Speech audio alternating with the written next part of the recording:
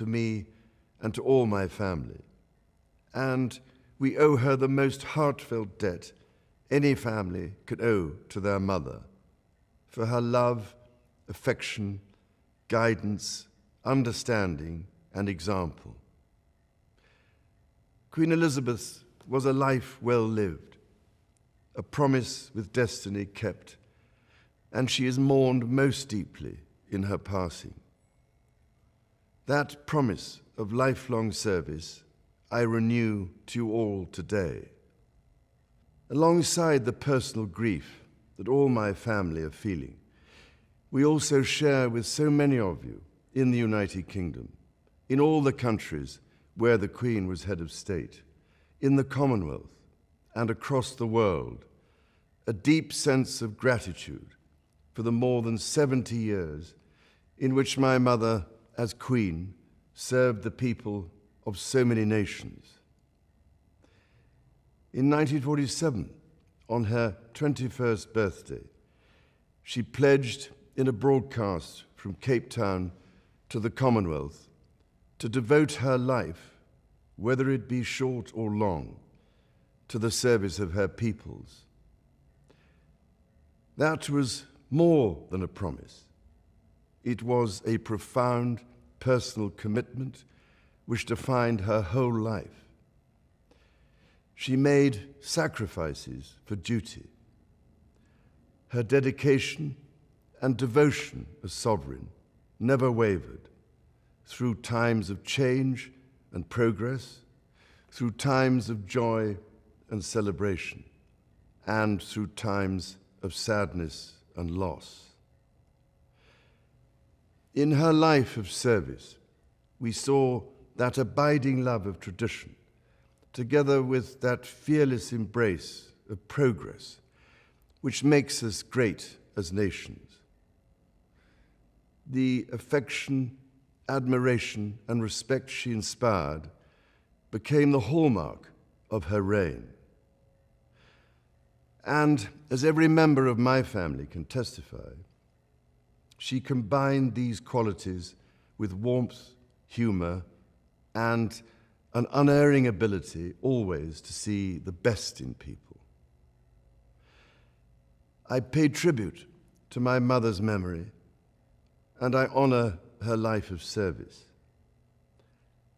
I know that her death brings great sadness to so many of you, and I share that sense of loss beyond measure with you all.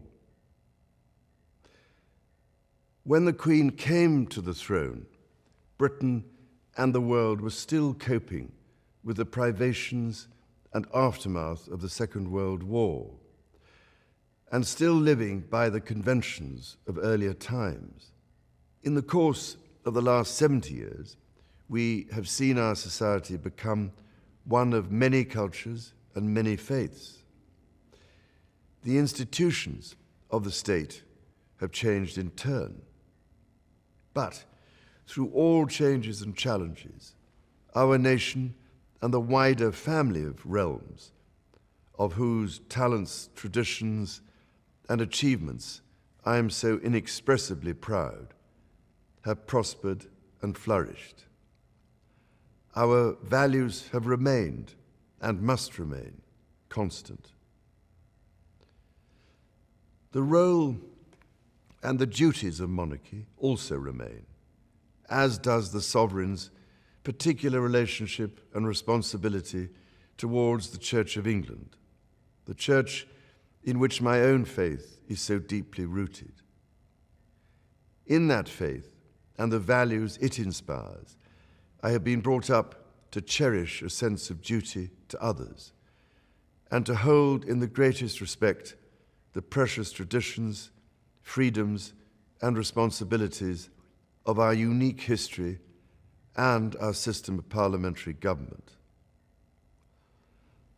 As the Queen herself did with such unswerving devotion, I too now solemnly pledge myself, throughout the remaining time God grants me, to uphold the constitutional principles at the heart of our nation. And wherever you may live in the United Kingdom, or in the realms and territories across the world, and whatever may be your background or beliefs, I shall endeavor to serve you with loyalty, respect, and love, as I have throughout my life.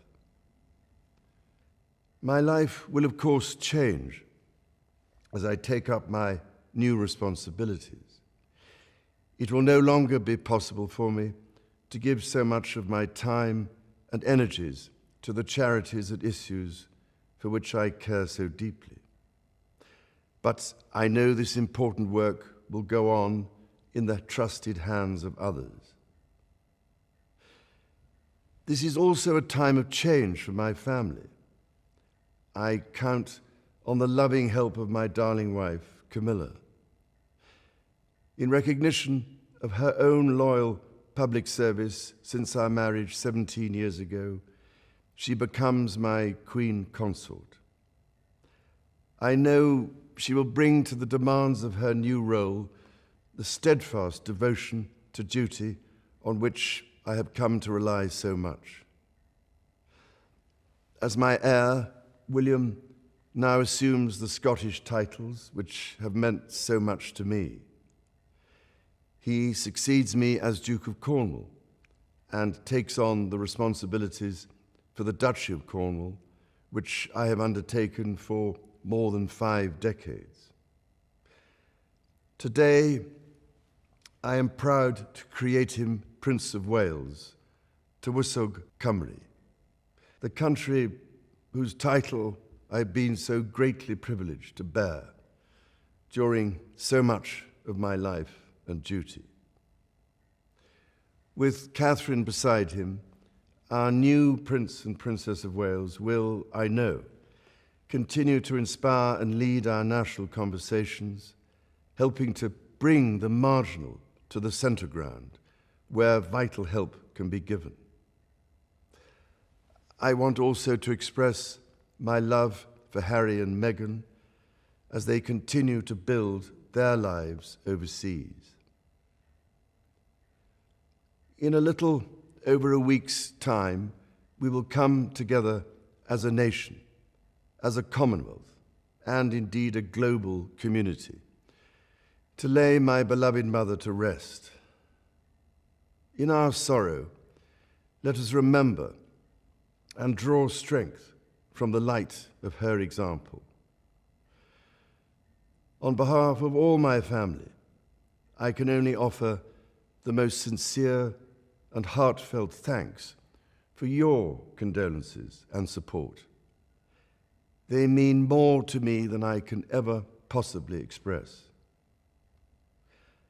And to my darling Mama, as you begin your last great journey to join my dear late Papa, I want simply to say this: thank you. Thank you for your love and devotion to our family and to the family of nations you have served so diligently all these years. May flights of angels sing thee to thy rest.